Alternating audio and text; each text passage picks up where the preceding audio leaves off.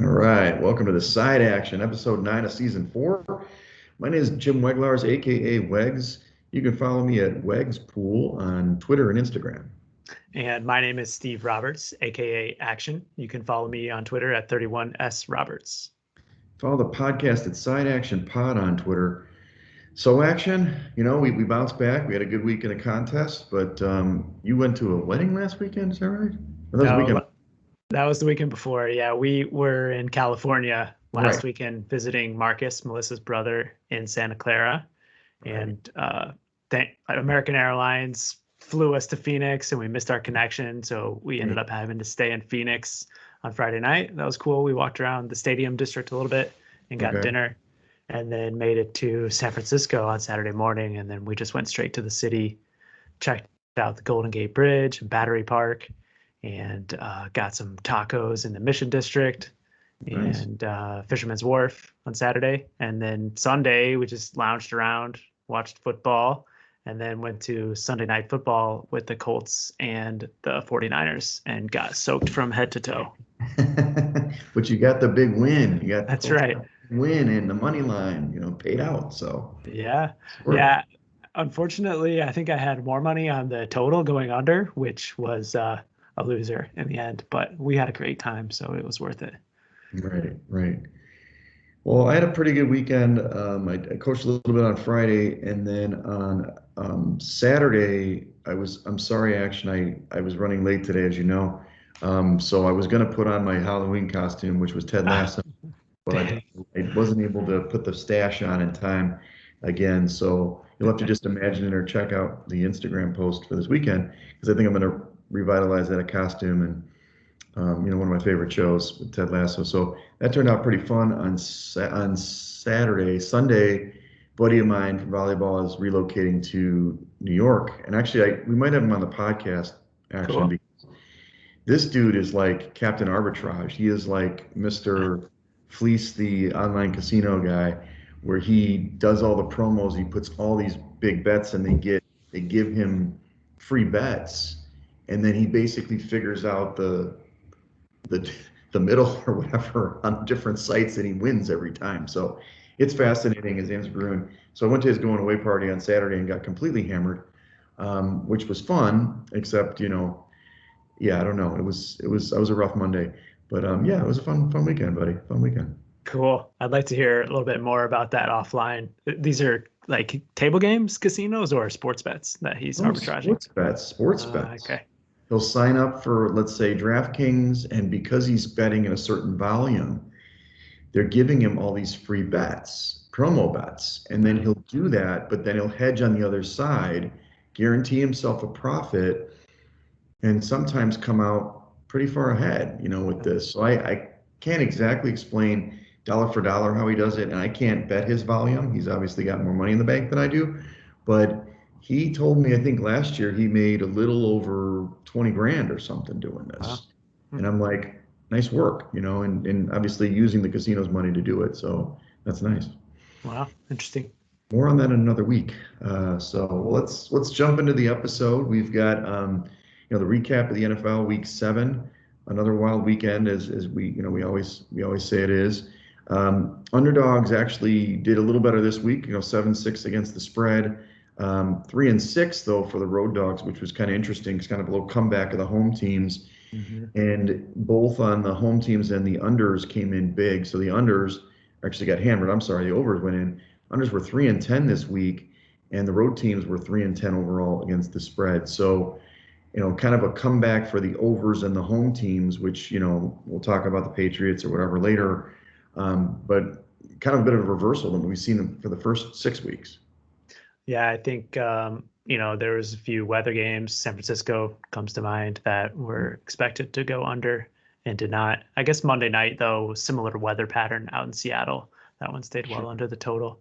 And then obviously Tennessee holding Kansas City to 3 points. That one went way under. I think it closed somewhere close to 60 points on Right. Sunday, and Kansas City didn't do their part. Yeah, I mean well, we can talk about that in a minute because they're on the bad list. Yeah. But yeah, that was a weird game. Maybe I'm sorry, I flipped it over. So the unders were 10-3. My bad, buddy. Okay. Okay. Yeah, misquoting. but the road teams were 3-10. So yeah, I would say we can start off with the highs, I guess. Let's go to the lows. Let's invert it action since we just talked about the Chiefs. I mean, what the hell happened? We know the Chiefs have been, I don't know if they've been the same team. I don't know when it flipped, but certainly last year when they started not covering the spread, we know that in the Super Bowl, that was a total mess and clusterfuck. Sorry to use the term. But 0 touchdowns in this game against a pretty bad defense in Tennessee. Tennessee looked dominant against them. And Patrick Mahomes has just turned the ball over, turnover machine now. I think it's 11 times in the first, 7 games of the year. I mean, what do you think about this team? I don't know. I don't really think I'm going to put a lot of stock in the Tennessee defensive performance from last weekend. That's for sure.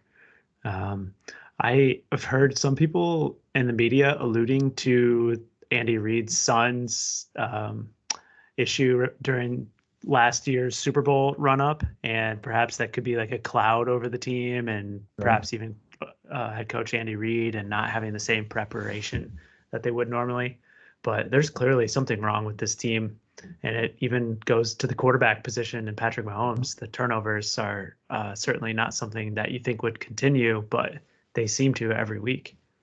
Well, he's trying to do too much. I mean, he almost got his neck broken in this one game, and he just seems like he's trying to make those plays like he did in the Super Bowl, where he's just doing crazy stuff, throwing different hands, and it's stuff that we've seen him do in the past, I guess, and praised him for it, but now it's kind of coming back. I don't know if I could, have the stones to put the cash down here, but I don't think they're gonna make the playoffs, dude. I really don't. I mean, looking at the AFC landscape, granted the best teams are only 5-2 and they're 3-4, but their schedule's really tough, and they got a lot of tough games ahead, and I just think there's better teams out there right now, but we'll see what happens. I think they're down close to almost even money to miss the playoffs. So whereas most years you would see that as a pretty heavy underdog, this year I think they're coming back closer to the pack. Right. We'll continue with the lows. Even though they won the game, the Packers' run defense, I mean, this team, and it's funny, we actually picked the Packers. They did cover for us, thankfully. Thanks. But how? They gave up 195 yards rushing in the game. They were outgained 430 to 304. Somehow they could not, they only allowed 10 points. I don't know what happened to Washington in the red zone, or at least inside the 30. But this team is a classic, if you've heard the podcast before, this is an action phrase, a paper tiger. This is a paper tiger, isn't it? Yeah, definitely. We certainly were on the wrong side of that game, but we're lucky to get the win in the win column. I think it was the red zone efficiency. I didn't see much of it at the bar on Sunday morning, but 0-4 in the red zone. And I did read later that Heineke had a fumble in the red zone that ended up going through the end zone for a touchback, which he celebrated, which was pretty funny. But I think you're spot on that rush defense, 6.7 yards per carry from the Washington football team. And I got a feeling that the Chase Edmonds and company are going to rack up some yards tonight for the Cardinals. There you go. Is Chase on the fantasy team? He is. Yeah. I know you already got your guy Murray on there. So the other one I have is Sam Darnold. We mentioned it a little bit last week, and I guess I didn't get on board with it in the moment to go with the Giants, but we did talk about it in the handicap. This dude, he's regressing back to the mean, to his mean, where he's not good. And so he got pulled in this game. It doesn't mean he's not the starter this week, but it seems like the early kind of glowing marriage with Matt Rule is kind of faded, and it's a team that we probably should fade going forward. Yeah, you can sign me up for that. Darnold, I think they started 3-0 against the spread, and now they've lost 4 in a row against the spread. And it's completely attributed to Darnold's poor play, 111 passing yards, 16 out of 25. And then they went to PJ Walker, who is Matt Rule's buddy from Temple, and he was even worse than Darnold. So now he's got a little problem on his hands. I think he came out in the media this week to say that Darnold is still the starter, not to worry. But I think they're clearly worried because they also threw their name in the ring for Deshaun Watson this week. So I know. Carolina is definitely going down. Yeah, so that ticket on Coach of the Year looked like I can burn that up now. Maybe. Well, let's flip to the highs. Let's end on a good note from last week. The Bengals offense. Now, it's a little bit deceptive because this game was a little closer than the score appeared, but what Cincinnati could do this year, what they couldn't do last year, they didn't score a touchdown against the Baltimore in 2 games last year. They lit it up. They scored 5 touchdowns this week. Jamar Chase is the man, 200 yards receiving. A lot of them were just big plays. He broke some tackles. I mean, this dude is just doing it every week. But I do think the defense is, we kind of talked about this in the handicap last week.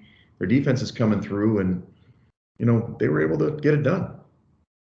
Yeah, they did really well against that Ravens rushing attack, especially stopping the running backs. I think that Lamar had a few yards himself, but they really focused on the dive, and they stopped that Ravens rushing attack. And it was a low-scoring affair in the first half, but Cincinnati just turned it up in the second half, going to Chase for several long plays, and the big touchdown was a backbreaker for the Ravens. Right, for sure. Our next high is thankfully Action was able to talk me off the cliff of the Jets because they were not ready for prime time, or at least daytime, when they played the Patriots. The Patriots they were pulling all the stops. They were running reverse passes and doing everything, scoring 54 points in this game. They could crush the Jets 54-13, and wish they could play the Jets every week because they just destroy this team. 551 yards. Oh my God. And 32 first downs. I mean, this is an offense. Yeah. Mac Jones was awesome. It was an incredible display by that team. And I think you mentioned it, one of the, either a wide receiver, somebody threw a touchdown pass in the first series of the game. And then Derrick Henry threw one right after that for the first 2 touchdowns of the day.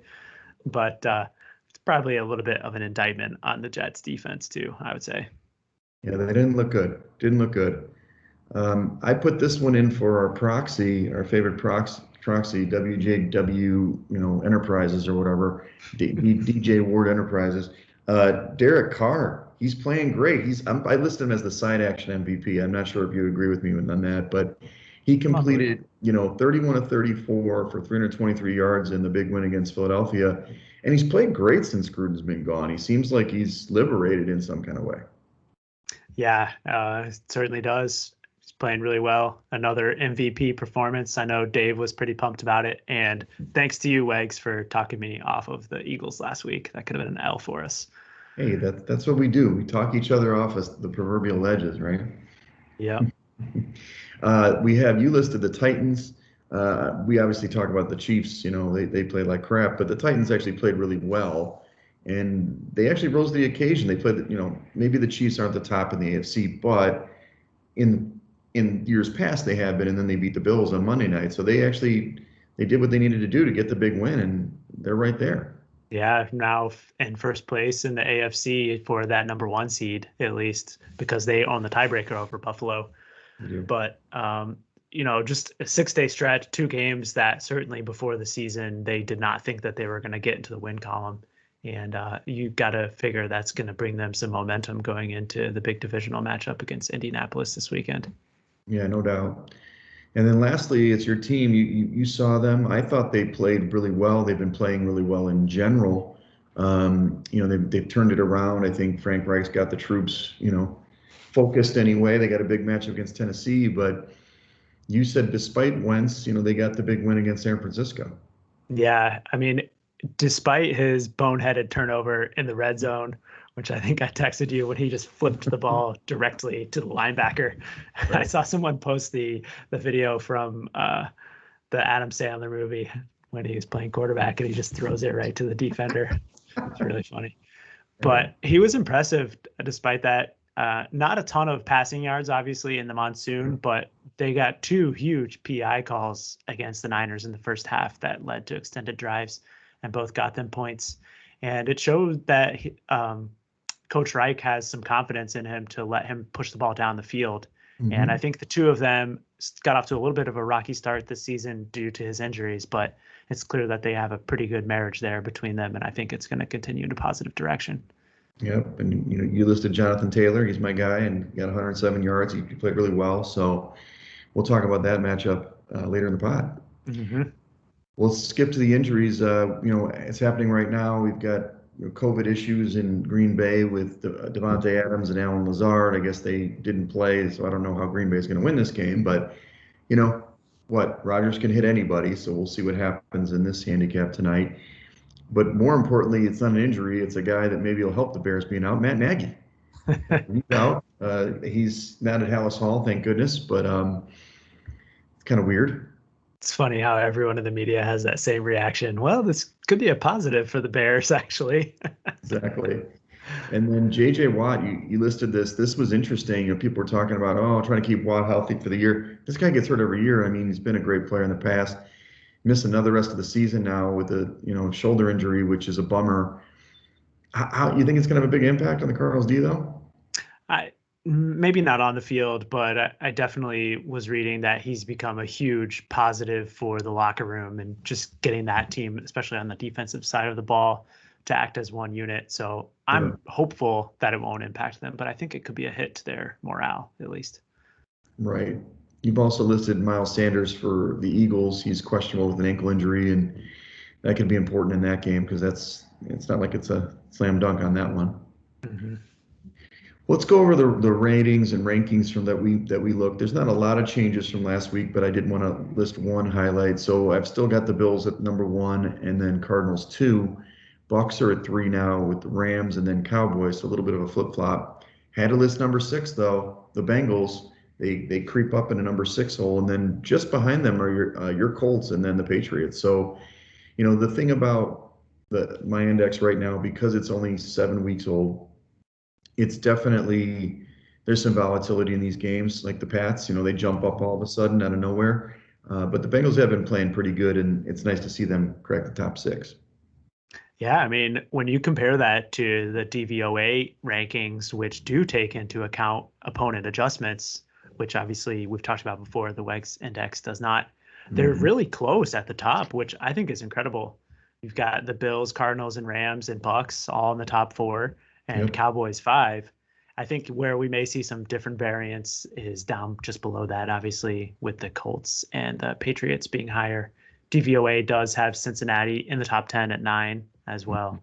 So pretty close. I think it's impressive so far how the Wegs Index has been picking winners and keeping up with DVOA, certainly. Let's hope we can keep picking those winners, Action. We'll see. That's right. All right, well, let's go into this week. Obviously, it's happening as we speak, or in about 30 minutes.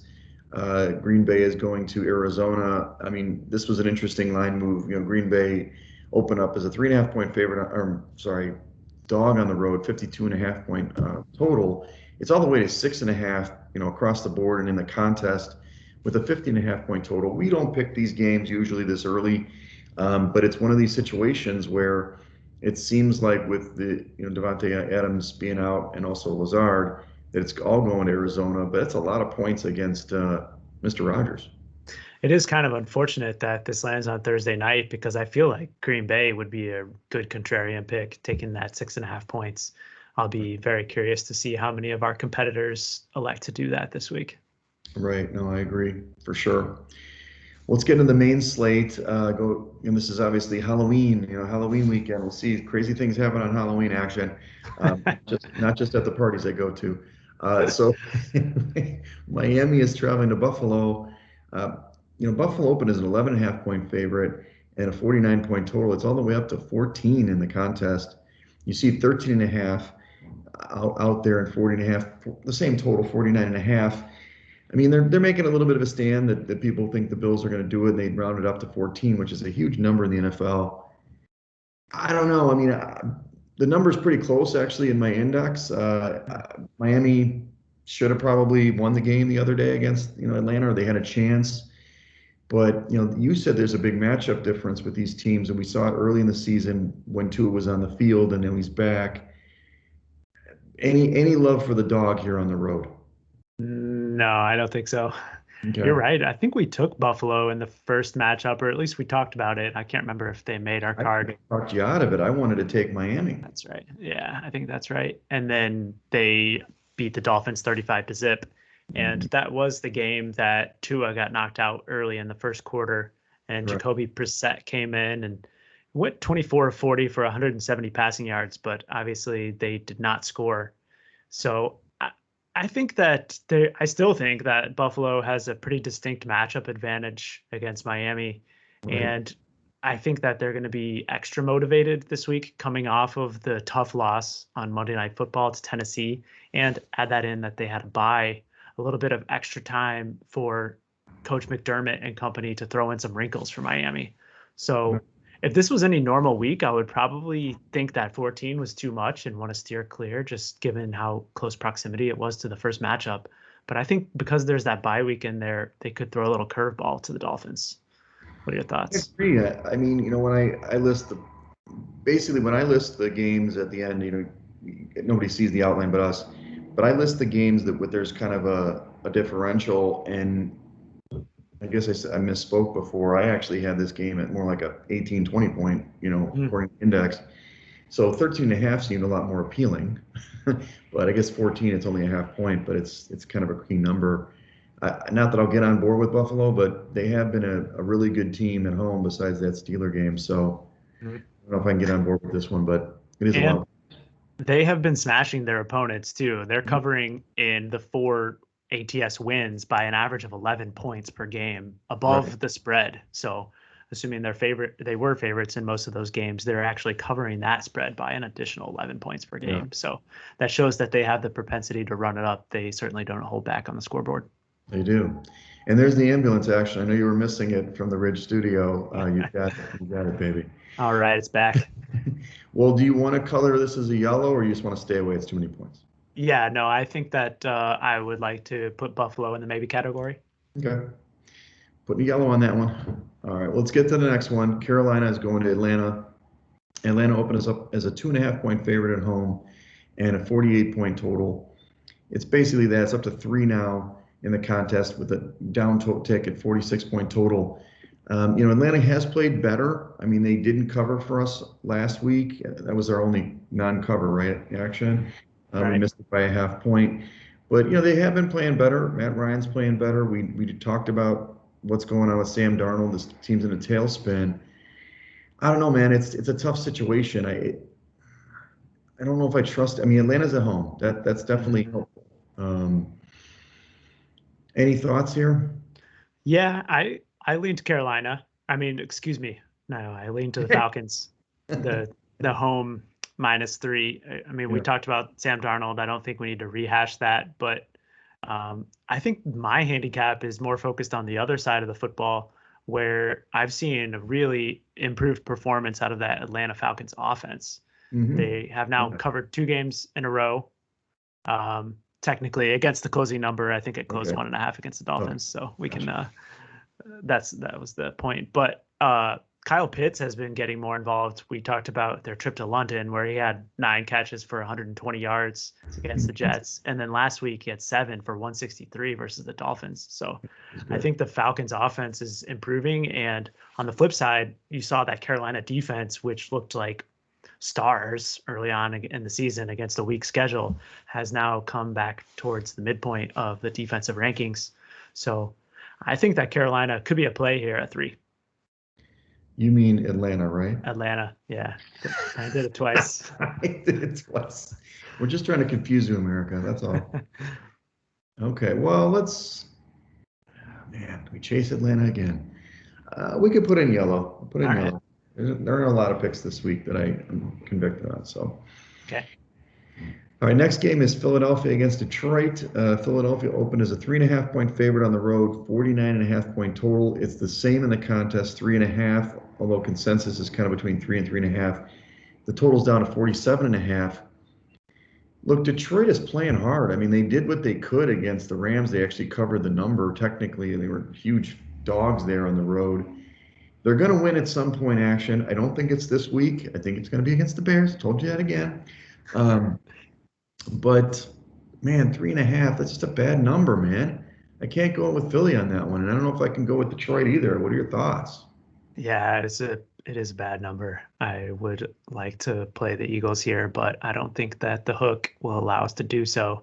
This is a huge letdown spot for the Lions. Last Yeah, week, they threw the kitchen sink at that game well, they to try did. to get revenge for Jared Goff, and they still lost by 9 points. So I think not that it means much, but I'm looking at the Detroit Lions ATS streak here, and they have now played the zigzag every week with a cover, non-cover, cover, non-cover. And according to their schedule here in my little notebook, this is their week to not cover. So Right. not that I would ever play on that, but I just brings me away from the Lions for sure. Yeah, well, let's stay away from this one. Okay. The Eagles will just, coast to a victory or whatever. Maybe Detroit will get there first. This is a big game. I like this one. Tennessee is going to Indianapolis. Indy actually, so this is really interesting. I don't know when the opener really was. This 2.5.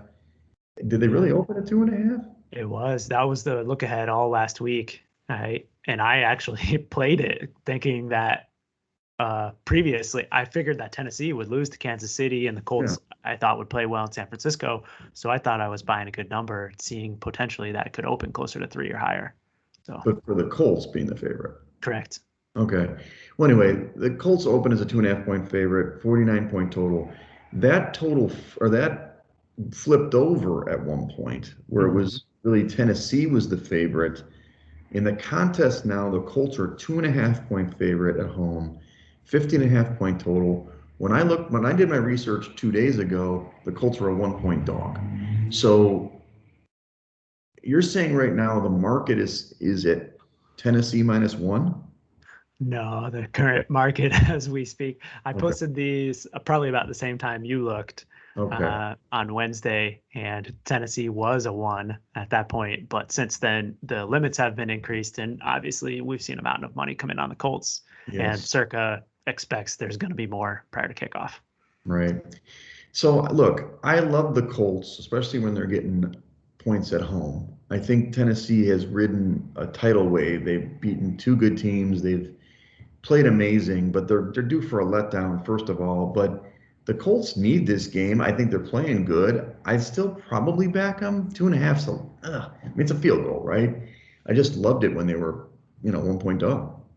Well, the Colts have Money Badger as their kicker now. So if it comes down to that field goal, we can feel pretty good about that, right? Yeah.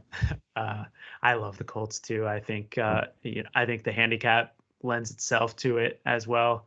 The Titans are getting back Taylor Lewan on the O-line, but on the other side, the Colts injury report was really fruitful today. Big Q, Quentin Nelson came back last weekend, and I was reading today that Braden Smith, the offensive tackle on the right side, is going to play as well.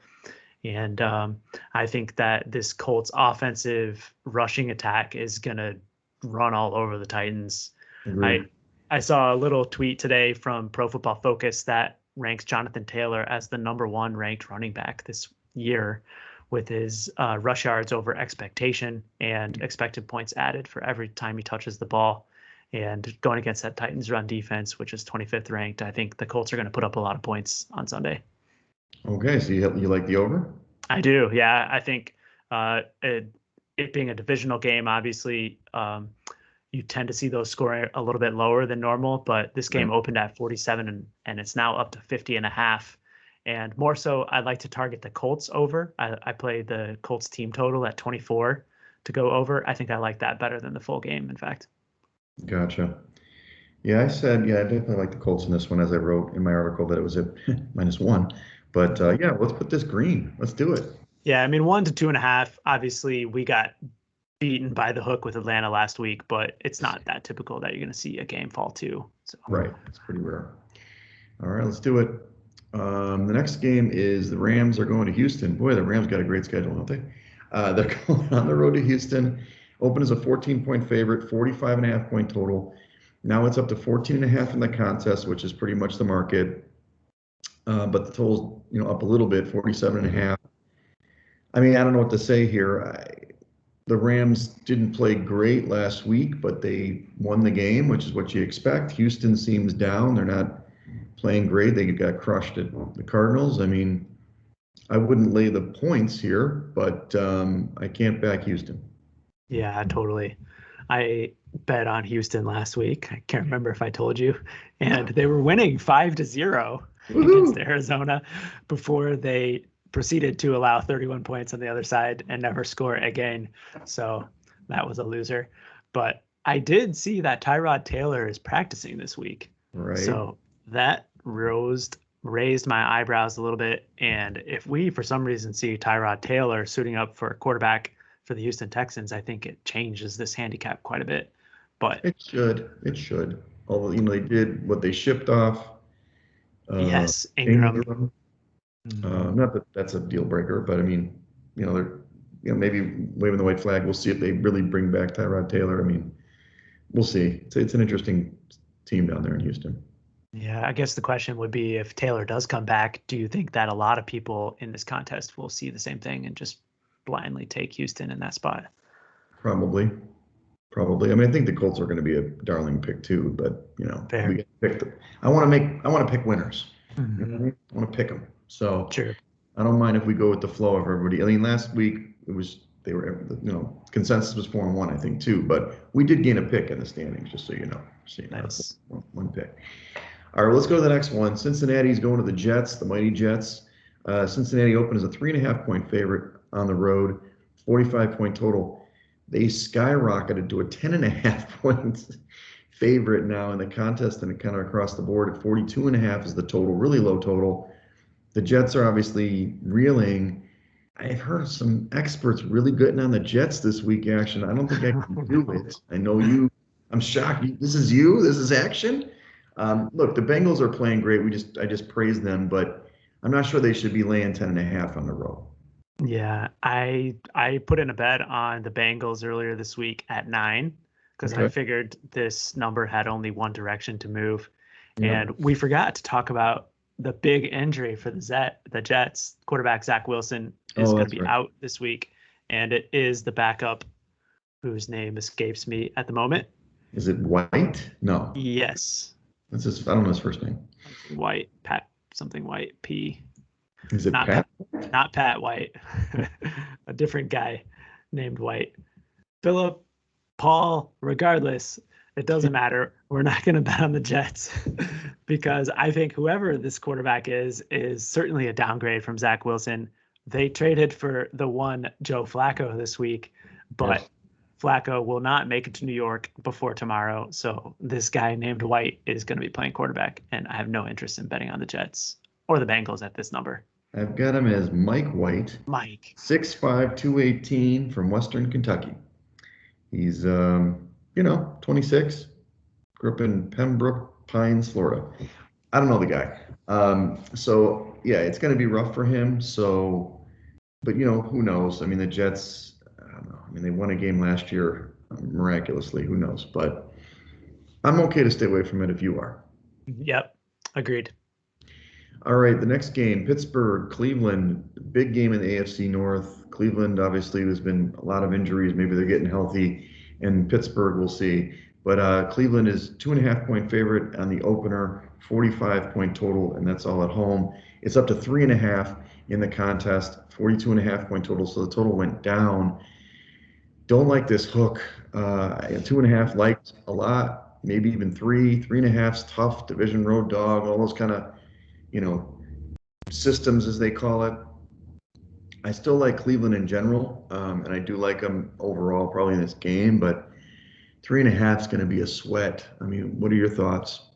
Yeah, I had the same thought too. I definitely like Cleveland in this game. I think Nick Chubb is going to return this week. He's back at practice already, and I also read that Jarvis Landry practiced in a light capacity today, so I think that'll be good to get back. And um, whether it's Case Keenum at quarterback or Baker Mayfield, I actually think that Keenum might be preferable from a bettor's perspective in this game because I don't believe that Baker's going to be healthy, and he's, of course, going to push to play. But I think that the Browns are going to be able to run the ball against the Steelers defense this week, and I think they're going to get back to their basics a little bit. And I just really don't like the Pittsburgh offense on the other side. I know that you and I have been a little bit down on the Cleveland defense the last couple of weeks. Yep. But they played well on Thursday night against Denver. And I think that this Pittsburgh offense is actually going to be a step down in class for them versus their previous opponents in Arizona, the Chargers, Minnesota, and KC in week 1. So I would probably lean to the Browns, but I agree the hook is tough. Yeah.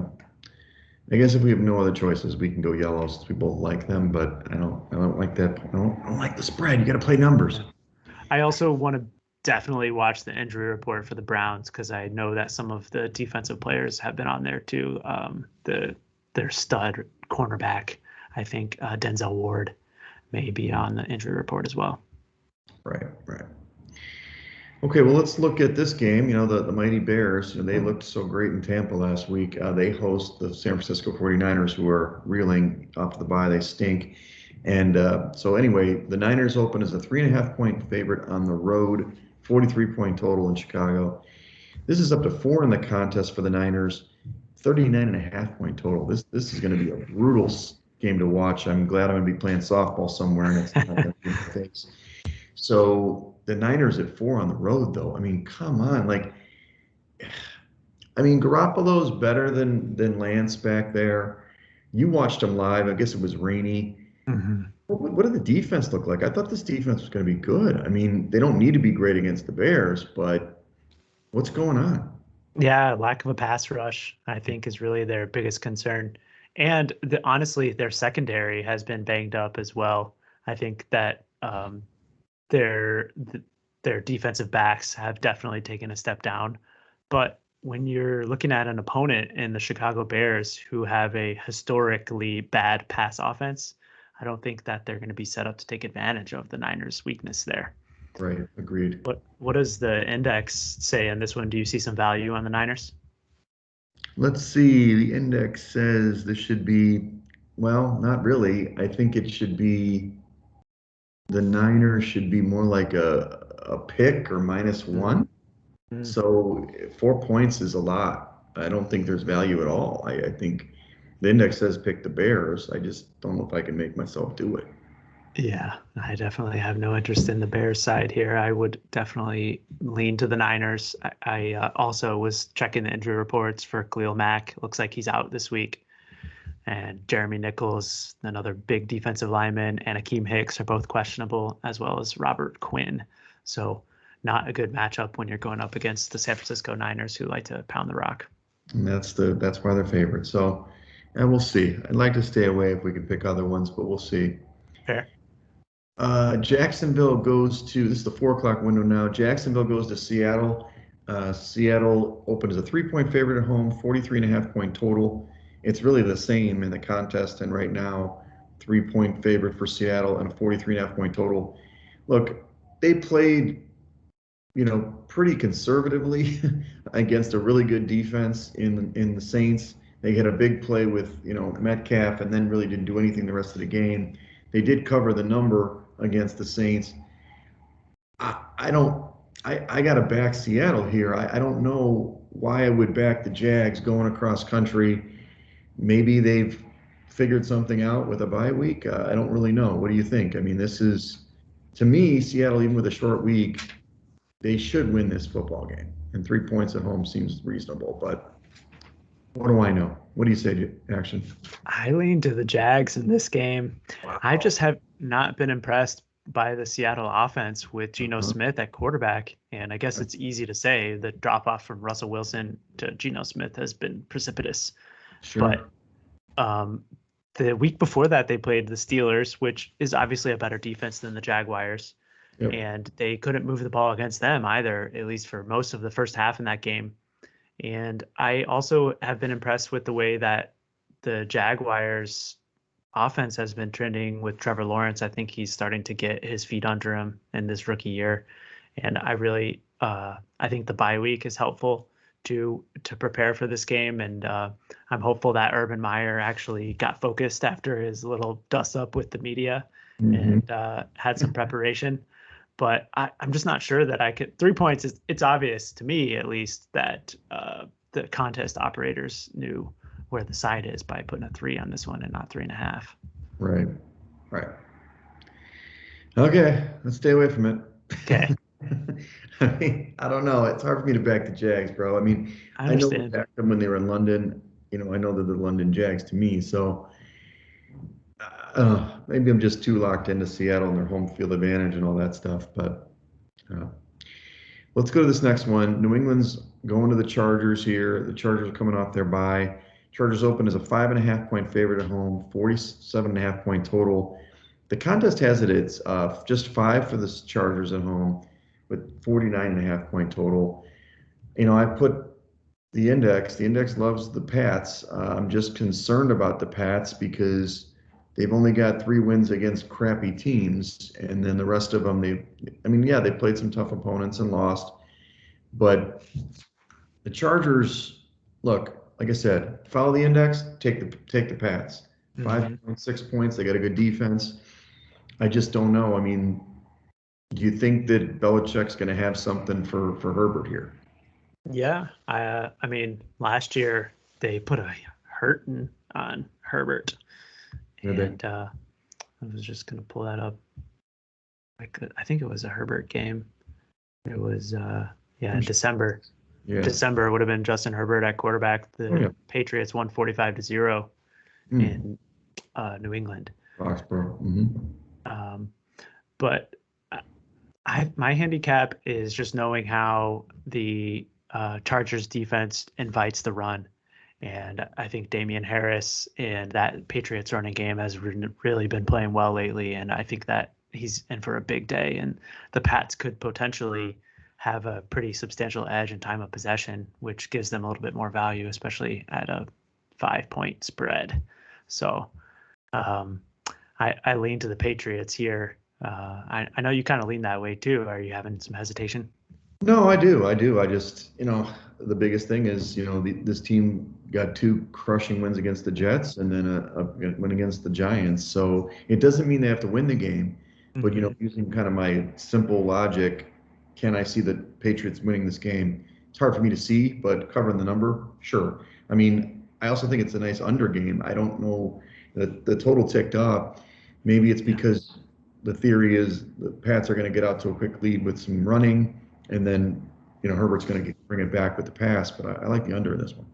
Yeah, I mean, well, the Patriots put up 50+ points last week too. That could have some sort of recency bias towards the total there. Right. What do you think about the coaching matchup between Staley and Coach Belichick? Do you think that Belichick still has the edge, even though Staley is this up and comer? I think overall, yeah. I mean, I think that Belichick's going to have a better game plan. I think Staley might be a better in-game coach, like at least takes risks anyway. Yeah.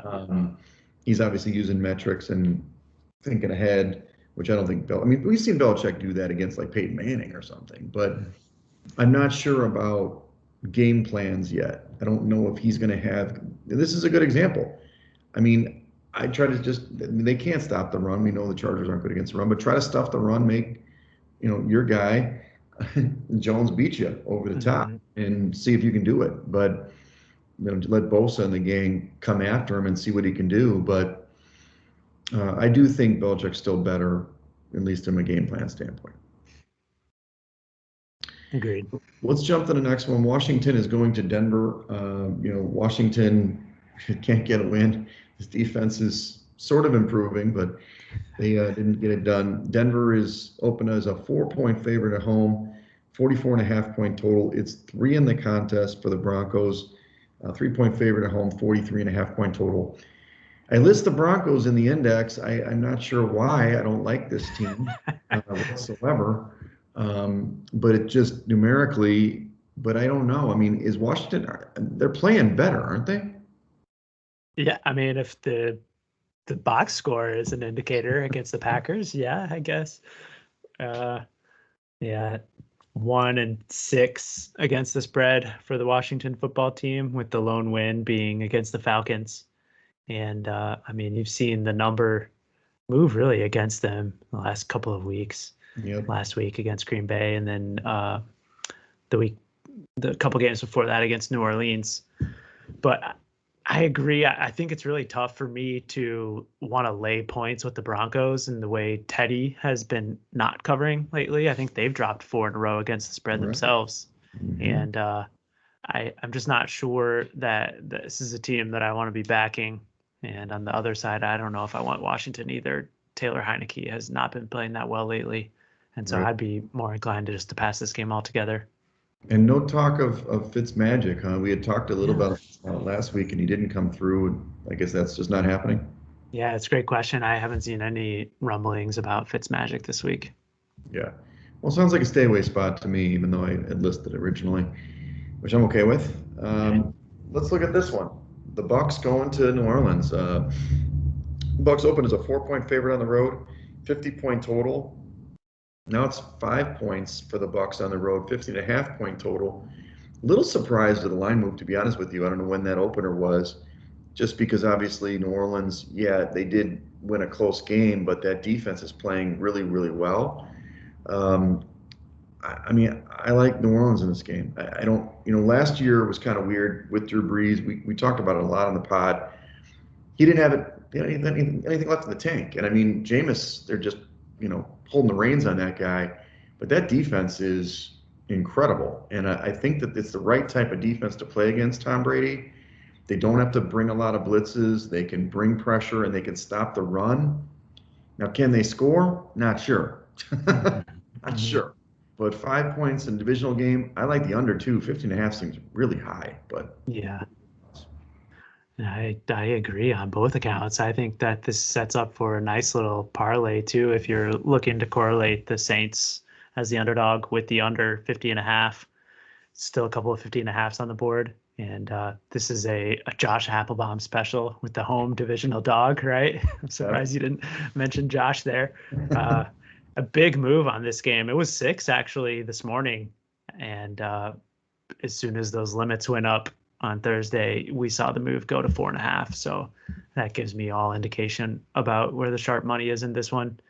And last year the Allen-led defense was really good against the Bucks. They played 3 times and Yep. they held them to 4.6, 4.2, and 4.6 yards per play in those games. And so I think that they have the recipe to at least slow down the Bucks offense, which very few teams can do. No, I agree. And they're also getting back their star defensive end, Daniel Onyemata, who served a 6-game suspension. He was graded as their best pass rusher last season. So that's a huge plus. There you go. Another green. This is the kind I like, action. Let's do it. Let- Let's go to the primetime games. Not as exciting to me, but Dallas is going to Minnesota. Both teams coming off the bye. Dallas open as a 2.5-point favorite on the road at Minnesota. 51.5-point total. Total's up to 54.5. It sailed up, but in the contest, it's interesting. The market's still at 2.5, but they're showing 1.5, which is begging you to take the Cowboys. Are you thinking that there's going to be late money on Minnesota? That's why they're putting the number up like that? Yeah, I definitely think that Minnesota's the sharp side in this game. It's and I don't know what I mean. I like Minnesota, but I've been trying to go against Dallas every week, and they're Yep. beating me. So Right. maybe there's something to that. I know that the Cowboys defense has certainly played well above their expectations going into this season, and that has certainly buoyed them to plenty of covers. But I think that Minnesota on offense is going to be a formidable foe with Dalvin Cook coming back and looking a little bit healthier now, and the passing game from the Vikings. I think that Adam Thielen is going to be in line for a big game on Sunday night. So I would lean to the Vikings personally, but can understand if you don't want to go against McCarthy and America's team. Well, you always want to go against McCarthy, regardless. But it's more Kellen Moore on the offensive side and Fair. Dan Quinn on the defensive side. Here's a question.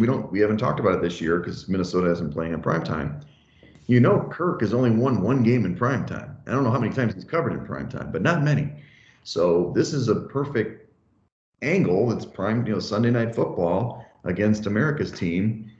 I mean, I guess he's the dog at home. That makes sense. But I mean, you think Minnesota is going to win the game, basically. I do. Yeah. I like Minnesota to win this game on the money line as well. Interesting. Now I'm staying away. I like Dallas. I don't love them, but I think Minnesota.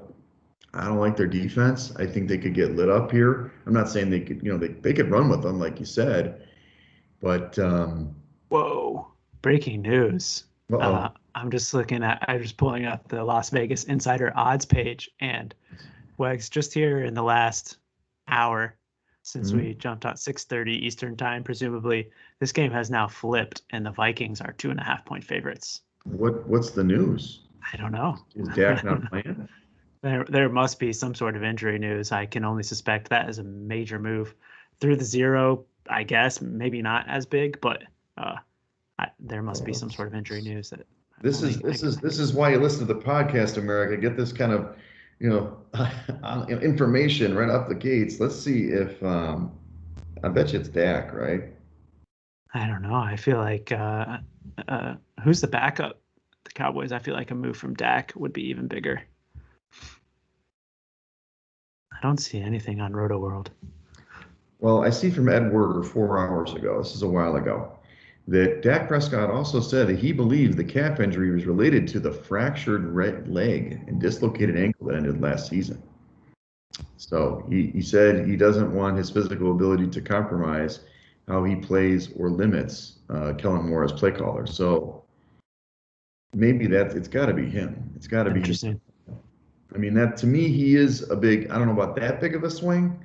Yeah. But now, to your point, this probably is going to be, everybody's going to take the Vikings. And this is a contest. Everybody's going to pick it in the contest, right?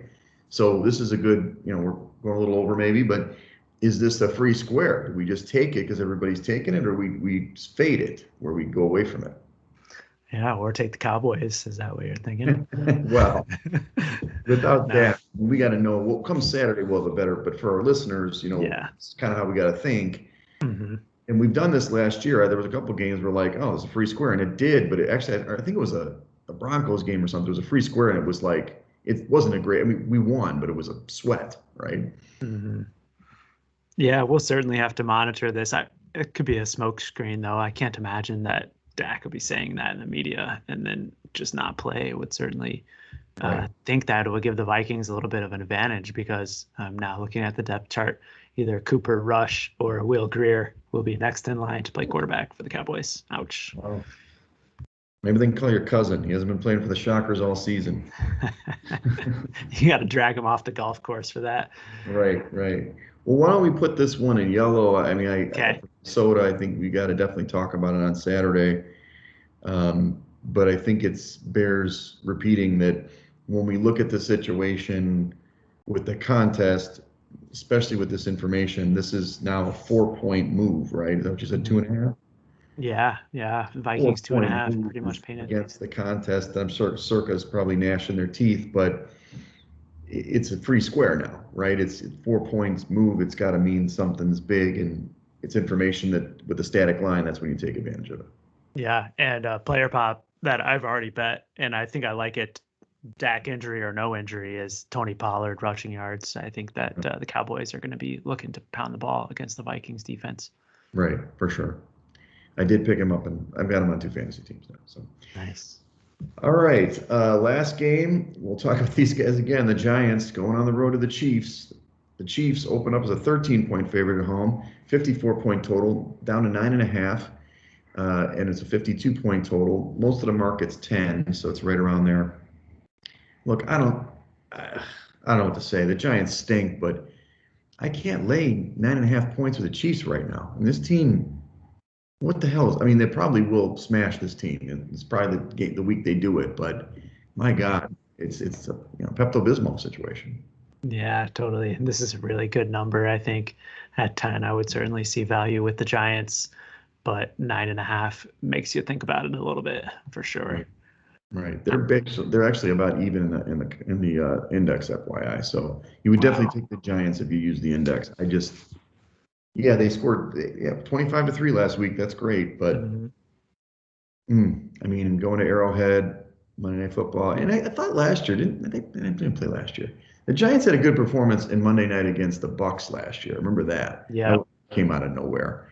But I don't know. I don't know if I can do it. I'd rather stay away. Agreed. Definitely. So, all right, let's recap some of these picks here. For the greens, we definitely are all in on the Colts at 2.5 at home, laying 2.5, and then we're on New Orleans at home, getting 5 points against the Bucs. Some of the ones we'll talk a little bit more on Saturday. We've got Buffalo laying the 14, kind of a big number, but we do like that matchup and that team. Atlanta at home, -3 against the struggling Carolina. Cleveland at home, the hook is there with -3.5 against Pittsburgh. New England on the road -5, or I'm sorry, +5 against the Chargers. And then we just talked about Minnesota, who in the contest is a 1.5 point dog, but in reality right now, you're not going to find that number in the marketplace. So exciting. I think we've got some good selections to choose through. Yeah, I agree. Well, let's review the contest briefly before we sign off. We've got the top dog he's at 29-6, which is still amazing, but he's coming back to the pack a little bit. In order to get in the money, you got to be 25-10, which is that's pretty damn good. We went 4-1 last week. That brings us to 19-15-1. So we're a little bit off the pace here, Action, but we are closing a little bit. 1,473rd now. So we got a ways to go to get back in the money. But I had to note that we've had 3 4-1 weeks this year through 7 weeks. Last year, it took us basically the whole season to do that. We had 4 weeks last year, 4-1 and better. We had a 5-0 in there at one point in last season, but it was mainly, in the third and fourth quarter. So we're definitely doing a little bit better overall, and hopefully we can get those 4-1s more consistently instead of going up and down like we've done this season. Yeah, if we can string some more of those together, I think we'll be right in the mix. I did see one little tidbit I heard from Mike Palm this week that a guy in either second or third place last week failed to submit his picks ahead of the deadline. Mm-hmm. And he asked for a little bit of forgiveness to try to get them in, and they said, sorry, no. Yeah. Go fuck yourself. Sorry, buddy. Can I say that? No, of course. It's like, look, he still can make it up. 0-5's tough, but you got to put your picks in. That's why we have a proxy. We got a great proxy. Yeah. WJW World. Word something, Word Industries. I don't know what he is, but we gotta perfect that and get the website going for his proxy business. I know That's right. So, well, fantastic, Action. Well, you have a great weekend. I'll be dressing up as Ted Lasso again. Apparently, I might change the costume, but probably not. Gonna have hit a party, and then we're gonna have a costume softball game this weekend. So hopefully it'll be a lot of fun. Hopefully we'll get better weather than this crap that's outside. I don't know what your plans are. Cool. Yeah, we're just hanging around the house, getting some things done, putting the boat away for the winter. Yeah, and then we've got a show on Sunday night that we're going to downtown. So looking forward to it. That's awesome. Well, excellent. Well, follow us at Side Action Pod on Twitter. Follow me at Wegspool on Twitter and Instagram. And follow me on Twitter at 31S Roberts. All right, let's get it done this week.